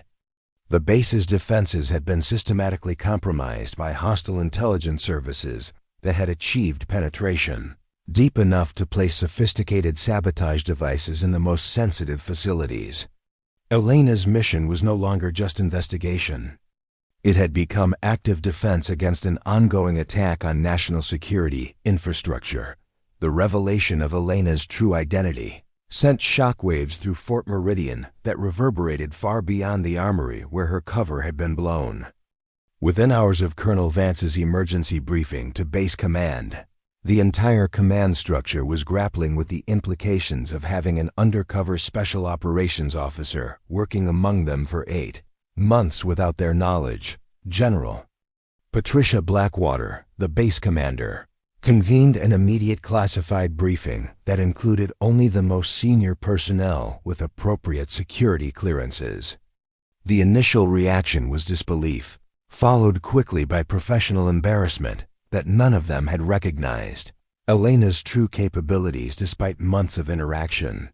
The general's first question was pointed and uncomfortable. How did we miss obvious signs that she wasn't a civilian contractor? Staff officers who had worked with Elena found themselves reassessing every interaction, every work order, every casual conversation in light of her revealed identity. Captain Stone, the base security officer, was particularly shaken by the realization that Elena had been conducting security assessments of her own procedures while maintaining perfect operational security. She observed our security briefings, our clearance procedures, our access controls, and none of us suspected she was evaluating our effectiveness. The junior enlisted personnel who had mocked Elena's appearance and competence experienced a more personal form of professional humiliation. Private Thompson, who had been most vocal in his ridicule of Elena's costume, found himself reviewing every interaction with growing mortification. She was listening to us joke about her uniform while she was actually investigating security threats that could have gotten us all killed. He confided to his barracks mates. Sergeant Rodriguez, who had condescendingly suggested Elena might be in the wrong facility, was now required to brief his personnel on how their behavior toward Elena had potentially compromised base security. Our assumptions about civilian contractors created blind spots in our own security awareness, Rodriguez explained to his squad. We need to reassess how we evaluate personnel who don't fit our expectations. The dining facility staff who had treated Elena with barely concealed amusement now understood that their helpful suggestions about appropriate dress codes had been directed at someone whose military credentials exceeded their own. Sergeant Walsh found himself wondering what Elena had thought of their patronizing courtesy and whether their behavior had affected her ability to complete her mission effectively. Lieutenant Patricia Summers, who had largely ignored Elena as unremarkable support personnel, was forced to confront how her dismissive attitude had revealed limitations in her own professional judgment. During the classified briefing about Elena's true status, Summers realized that her West Point training had prepared her to recognize leadership and competence in conventional military contexts, but had failed to help her identify exceptional capability when it was deliberately concealed. The technical staff who had worked with Elena on various repair projects experienced a different kind of professional revelation. They began analyzing Elena's work with new understanding, recognizing that her seemingly intuitive solutions to complex problems had actually been the result of advanced training and extensive experience. Specialist Morrison, who had been impressed by Elena's communication system modifications, now understood that Elena's improvements had been based on operational knowledge gained through classified missions. Sergeant First Class Park, who had been most vocal about Elena's alleged disrespect for military tradition, found his criticism reversed in the most uncomfortable way possible. Instead of someone inappropriately wearing military clothing, Elena was revealed to be someone whose actual service record exceeded most personnel on the base. Park's complaints about Elena's appearance now seemed petty and ignorant, reflecting his own limited understanding of how classified operations required personnel to maintain civilian cover. The base's civilian employees experienced their own form of revelation about Elena's true identity. Janet Morrison, who managed the post exchange, realized that her speculation about Elena's background had been completely wrong. Instead of someone playing military dress-up, Elena had been someone whose real military service was so classified that maintaining a civilian cover identity was essential to her mission success. Medical personnel who had witnessed Elena's competent response to the training emergency now understood that her advanced medical skills weren't the result of exceptional civilian first aid training, but rather specialized combat medical training that was part of her special operations background. The base medics realized they had been working alongside someone whose medical expertise in high-stress situations exceeded their own institutional training. The maintenance staff who worked most closely with Elena faced the most complex professional adjustments. They had to reconcile their perception of Elena as a competent but unremarkable contractor with the reality that she was a special operations officer whose technical skills were the result of years of classified training. Elena's equipment modifications and repair techniques now appeared in a completely different context. Not lucky intuition, but professional expertise applied with deliberate restraint. Command Sergeant Major Hayes, who had noticed inconsistencies in Elena's behavior, felt vindicated in his suspicions, but also concerned about the implications of Elena's investigation. If Night Watch had assigned someone of Elena's caliber to investigate Fort Meridian, the security threats they suspected were more serious than normal counterintelligence procedures could address. Hayes realized that Elena's presence indicated Fort Meridian was facing threats that required the most advanced defensive capabilities the military possessed. The revelation created immediate operational changes in how base personnel interacted with civilian contractors and support staff. Security briefings were modified to emphasize that personnel should not make assumptions about contractor capabilities or backgrounds. The incident with Elena demonstrated that apparent civilian status might conceal military personnel operating under deep cover for legitimate security purposes. More significantly, Elena's investigation results forced a comprehensive reassessment of Fort Meridian's security posture. The sabotage device she had neutralized was only the most visible evidence of hostile intelligence penetration that appeared to be far more extensive than anyone had suspected. Base security procedures that had seemed adequate were now recognized as vulnerable to sophisticated adversaries who had successfully placed assets within the installation. The personnel who had been dismissive of Elena now found themselves included in expanded security investigations to determine whether their behavior had been influenced by hostile intelligence services or whether they had been unknowingly manipulated to create security vulnerabilities. The investigation revealed that some of the mockery directed at Elena had been encouraged by personnel who were now suspected of working for foreign intelligence services. Elena's revealed competence also created new opportunities for base operations. Her technical expertise and operational experience were now available to address security challenges that had previously seemed intractable. Equipment that had been experiencing persistent problems was quickly resolved when Elena could apply her full capabilities without maintaining her civilian contractor limitations. The psychological impact on base personnel was equally significant.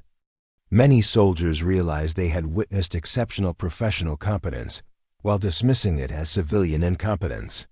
The experience forced them to question their own judgment and recognize that their assumptions about military bearing and civilian capability had created dangerous blind spots in their situational awareness.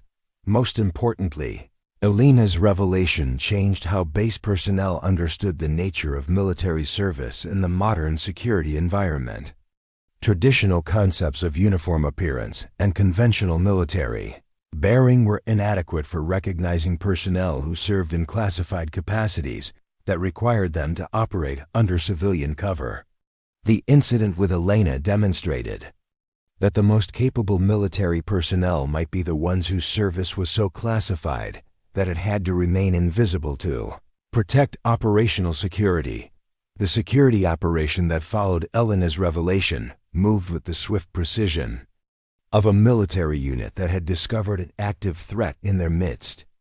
Within 48 hours of her identity being exposed, Fort Meridian had been locked down under security protocols that most personnel had never seen implemented. Elena worked openly now, her civilian contractor persona abandoned in favor of coordinating the most comprehensive counterintelligence operation the base had ever experienced. Elena's expertise proved essential in identifying the full scope of the hostile intelligence penetration.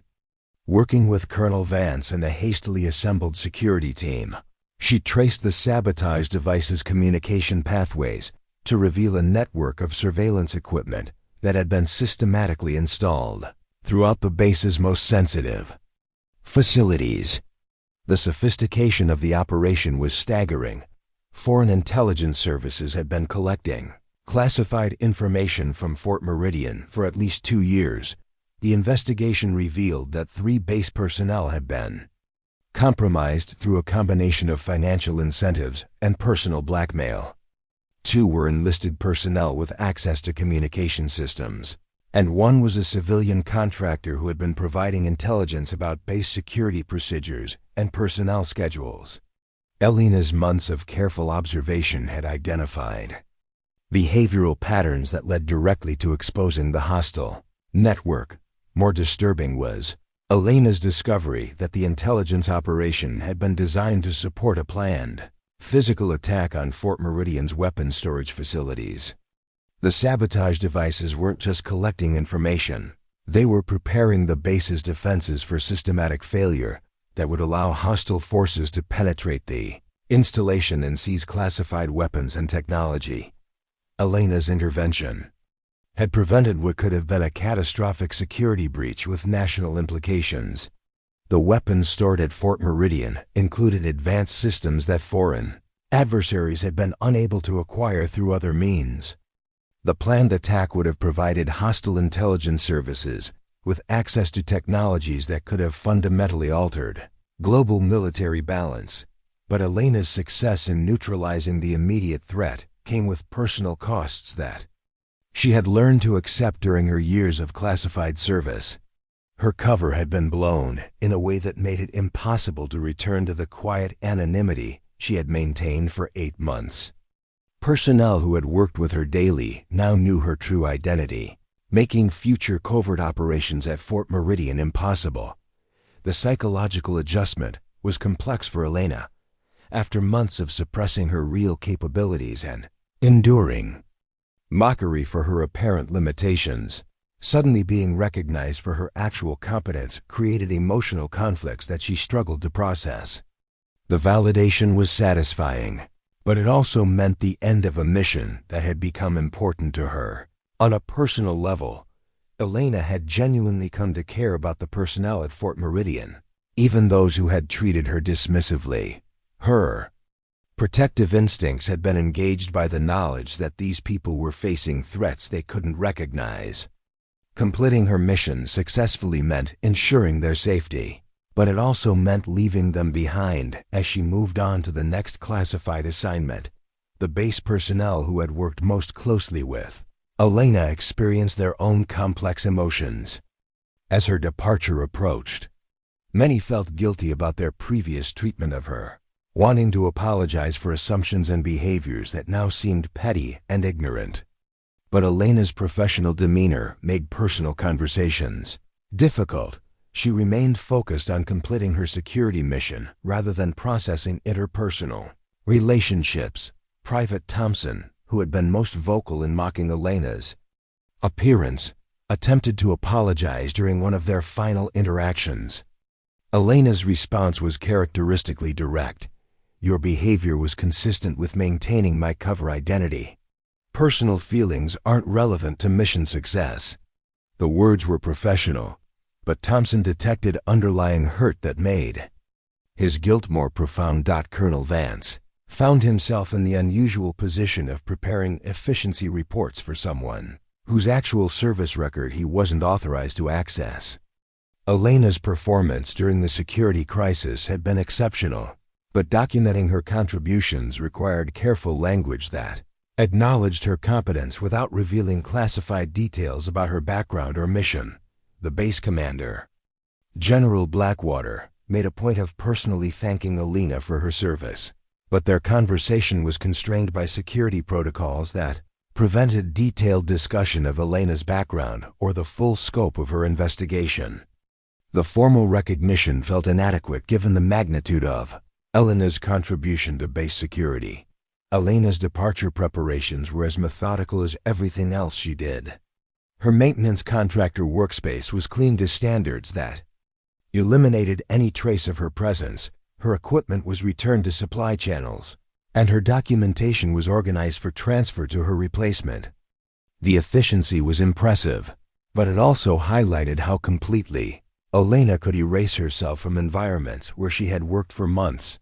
The classified debriefing process required Elena to provide comprehensive analysis of security vulnerabilities she had identified beyond the immediate threat that had forced her revelation. Her recommendations would result in significant changes to Fort Meridian security procedures, personnel vetting processes, and physical protection systems. Elena's 8 months of observation had provided insights that would improve base security for years to come, but Elena's most significant contribution was educational. Her presence at Fort Meridian had taught personnel to recognize that military service took many forms, that competence didn't always match expectations, and that assumptions about civilian contractors could create dangerous security blind spots. The lessons learned from Elena's mission would be incorporated into security training throughout the military. Elena's final day at Fort Meridian was deliberately low-key. She completed her security debriefings, transferred her responsibilities to incoming personnel, and prepared for departure without ceremonies or formal recognition that might compromise operational security for future missions. Most base personnel learned of her departure only after she had already left. The farewell that mattered most to Elena was private. Colonel Vance met with her in the base commander's office for a classified conversation that allowed them to speak openly about her mission and its implications. Vance expressed admiration for Elena's professional competence and personal courage in maintaining her cover while investigating serious threats to base security. "Major Kovac," Vance said, using her real rank for the first time in front of witnesses, "your service here prevented a security disaster that could have had national implications. The personnel at this base owe you their safety, even if most of them will never know it." Elena's response reflected the professional distance that had protected her through years of classified service. "The mission was successful, Colonel. Personal recognition isn't necessary for mission completion." But when Elena left Colonel Vance's office, she paused at the door and looked back at the base that had been her home for 8 months. The buildings, the personnel, the routines that had become familiar would soon be memories as she moved on to the next assignment that would require her to become someone else entirely. Elena's departure from Fort Meridian was as unremarkable as her arrival had been. She drove through the main gate in her weathered Honda Civic, presented her final credentials to the guard, and disappeared into civilian traffic without fanfare. To casual observers, she looked like any contractor completing a routine assignment, but Elena Kovac was already mentally preparing for her next mission. Somewhere else, another classified investigation required someone who could blend into civilian environments while conducting sophisticated intelligence operations. The faded uniform that had generated so much mockery was carefully packed away, ready to be replaced by whatever civilian identity her next assignment would require. The base she left behind was more secure because of her presence, but Elena had learned long ago not to dwell on gratitude that couldn't be publicly expressed.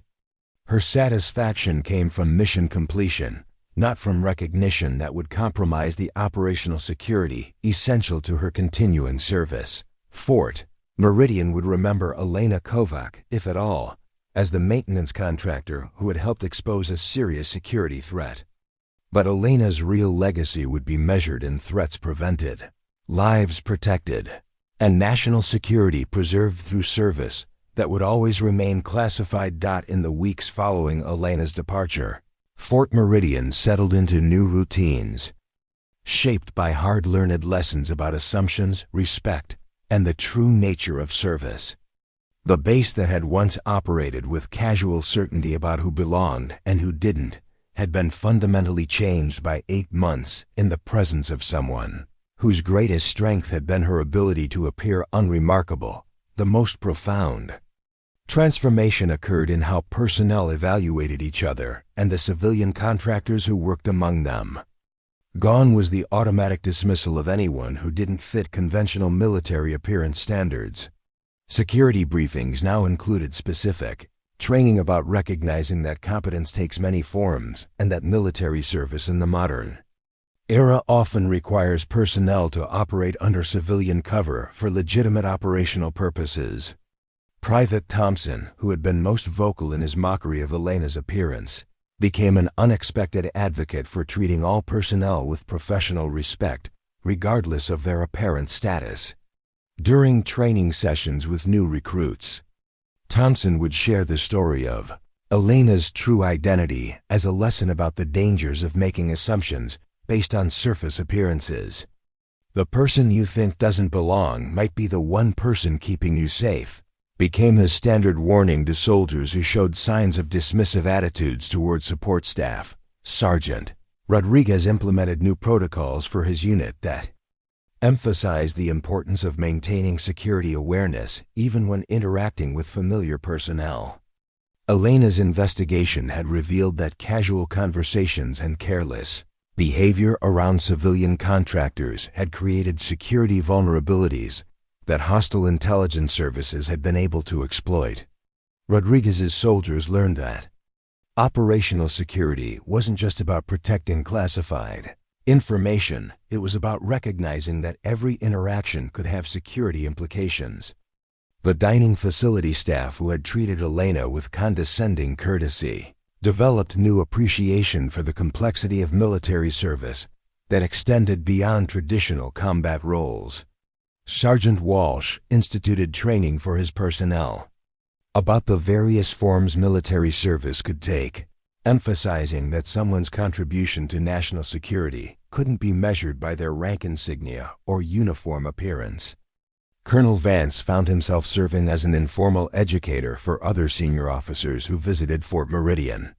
Elena's mission had provided lessons that extended far beyond base security.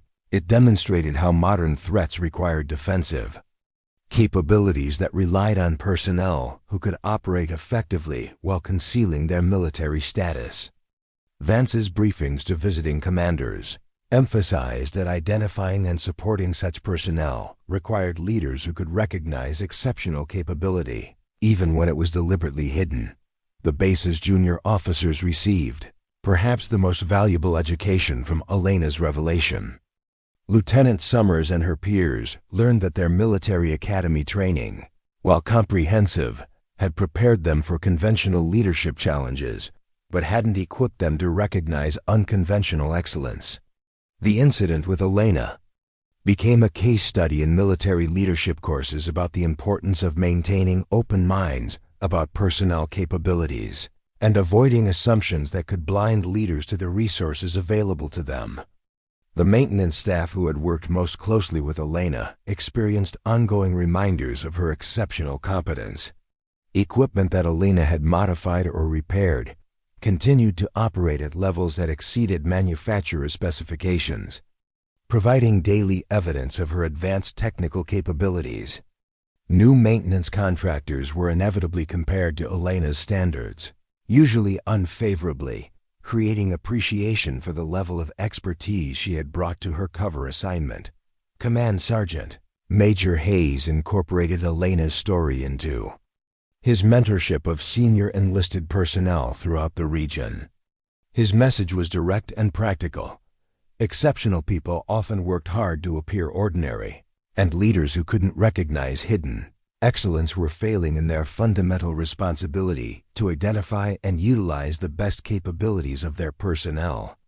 The security improvements implemented based on Elena's recommendations transformed Fort Meridian into a model installation for counterintelligence awareness. Other bases sent personnel to study Fort Meridian's enhanced security procedures, spreading lessons learned from Elena's investigation throughout the military. Her 8 months of careful observation had identified vulnerabilities that were common to military installations worldwide. But the most significant change at Fort Meridian was cultural. Personnel learned to value substance over appearance, competence over conformity, and quiet professionalism over dramatic displays of capability. Elena's example demonstrated the most dangerous enemies were those who looked harmless, and conversely, that the most valuable allies were often those who chose not to advertise their capabilities. The story of Elena Kovac became part of Fort Meridian's institutional memory, passed down to new personnel as a lesson about the importance of maintaining respectful professionalism toward everyone who served on the base. The woman in the faded uniform who had fixed their equipment while investigating threats to their safety became a symbol of service that required no recognition to be meaningful. Young soldiers learned that heroism didn't always wear the uniform they expected. Sometimes it wore work boots and carried a toolkit. Sometimes it endured mockery while secretly protecting the people who delivered that mockery. Sometimes it chose invisibility because the mission was more important than personal recognition. The medals that Alina had kept hidden beneath her jacket represented more than personal achievement. They symbolized service that prioritized mission success over personal glory. Personnel at Fort Meridian learned that the most decorated soldiers were often those whose decorations couldn't be displayed, whose achievements couldn't be discussed, and whose contributions to national security would never be publicly acknowledged. Alina's legacy extended beyond Fort Meridian, through the personnel who transferred to other assignments, carrying lessons learned from their interaction with her. Officers, NCOs, and enlisted personnel spread awareness about the importance of recognizing that military service took many forms and that assumptions about civilian contractors could create dangerous security vulnerabilities. The practical implications were significant. Military installations worldwide modified their security procedures based on lessons learned from Alina's investigation. Contractor vetting processes were enhanced, security awareness training was expanded, and personnel learned to maintain operational security awareness, even when interacting with familiar support staff. More fundamentally, Alina's story became part of the broader conversation about modern military service and the sacrifices required by personnel who served in classified capacities. The isolation, the psychological stress of maintaining false identities, and the inability to receive public recognition for exceptional service were challenges that more military personnel faced as national security threats became increasingly sophisticated. Alina Kovac had demonstrated that strength didn't need to announce itself, that competence didn't require recognition, and that the most effective service was often that which remained invisible. Her 8 months at Fort Meridian proved that true professionals measured their success by mission completion rather than personal acknowledgement. The maintenance shed where Alina had worked was eventually assigned to a new contractor, but personnel who remembered her insisted on maintaining the organizational standards and operational procedures she had established. Her workspace became an unofficial memorial to professional excellence that served without expectation of reward. Alina's story reminded everyone who heard it that the world was protected by people whose names would never be known, whose faces would never be recognized, and whose sacrifices would never be publicly acknowledged. They were the guardians who chose invisibility because their missions required it, who endured disrespect because their covers demanded it, and who found satisfaction in preventing disasters that the people they protected would never know had been threatened. The next time you encounter someone who seems ordinary, remember Alina Kovac. Remember that the person fixing your equipment might be the one preventing catastrophic failures. Remember that the quiet professional who avoids attention might be the one ensuring your safety. Remember that true strength whispers while weakness shouts. Heroes don't always wear the uniforms we expect. Sometimes they wear faded jackets that hide medals no one is allowed to see. Sometimes they choose to be forgotten because being remembered would compromise their ability to protect others. Sometimes the most extraordinary people are those who work hardest to appear ordinary. Honor the quiet professionals who serve without recognition, who sacrifice personal glory for mission success, and who protect our security through service that must remain invisible. Their strength lies not in being seen, but in ensuring that others can live safely while never knowing how close danger came. Type respect if you believe the greatest heroes are often the ones whose names we'll never know. Up next, you've got 2 more standout stories right on your screen. If this one hit the mark, you won't want to pass these up. Just click and check them out.